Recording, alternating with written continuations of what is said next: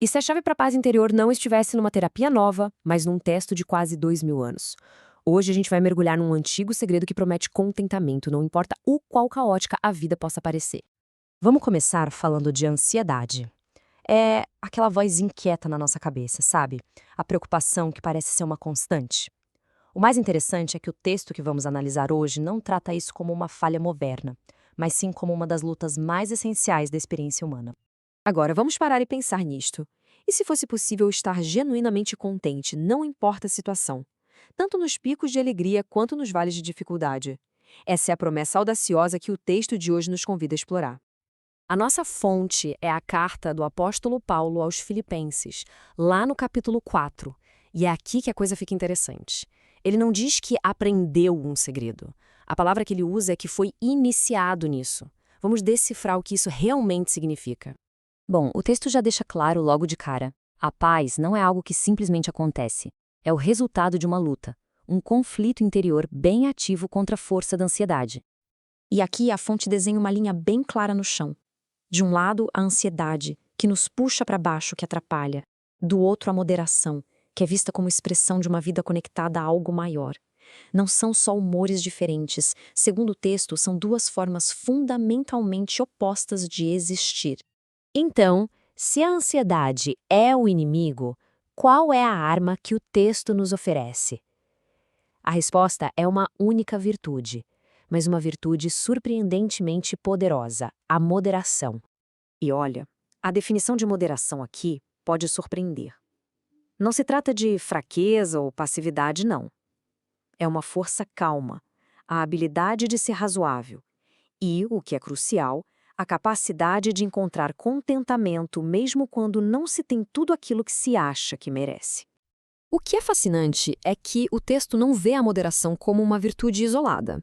É como se fosse uma virtude mãe, que dá origem a muitas outras. Dá uma olhada nessa lista: amor, paciência, bondade, humildade. A ideia aqui é que sem um senso de moderação, nenhuma dessas outras qualidades consegue florescer de verdade. É a base de todo o caráter. E aqui a gente chega no ponto central. Praticar a moderação, nesse contexto, vai muito além do simples autocontrole.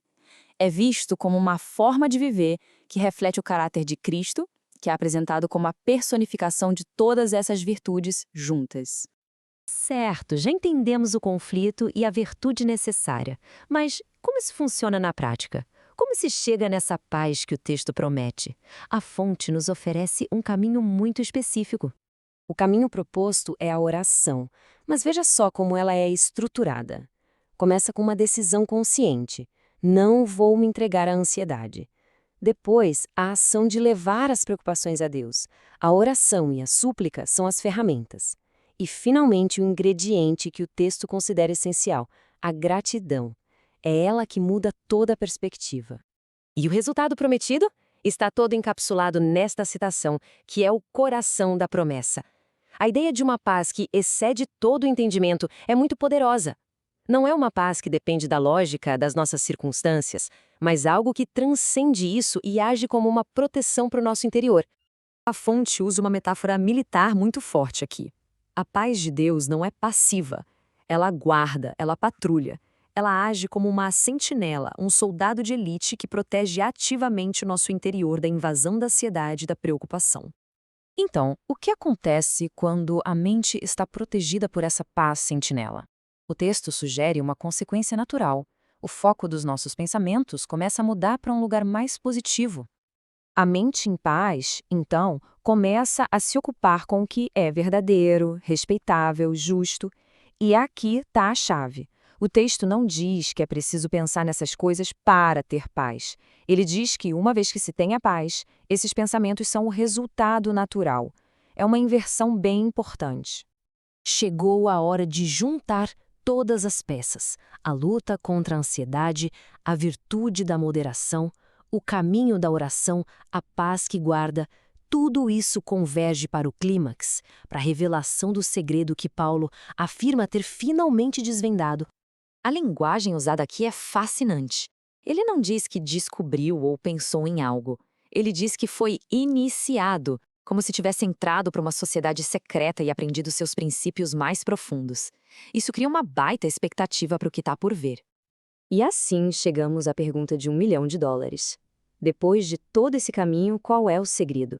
O que realmente permitiu a Paulo ter a mesma paz, com o estômago cheio ou vazio, com os bolsos cheios ou não? A resposta está nesta frase, talvez uma das mais famosas já escritas: tudo posso naquele que me fortalece. Perceba que o segredo não é uma técnica de pensamento positivo ou uma filosofia de resiliência. É uma declaração de dependência. A força não vem de dentro, mas de uma fonte externa. E para não restar nenhuma dúvida, a fonte enfatiza: o segredo não é um método, é uma pessoa. A capacidade de estar contente em qualquer circunstância não é algo que se cultiva sozinho, mas uma força que, segundo o texto, é recebida de Cristo. E assim, chegamos à conclusão. A proposta radical deste texto antigo é que a verdadeira paz não é a ausência de problemas, mas a presença de uma força maior para enfrentá-los. Isso nos deixa com uma pergunta: e se a busca pelo contentamento não for sobre mudar as circunstâncias, mas sobre encontrar a força certa para viver dentro delas?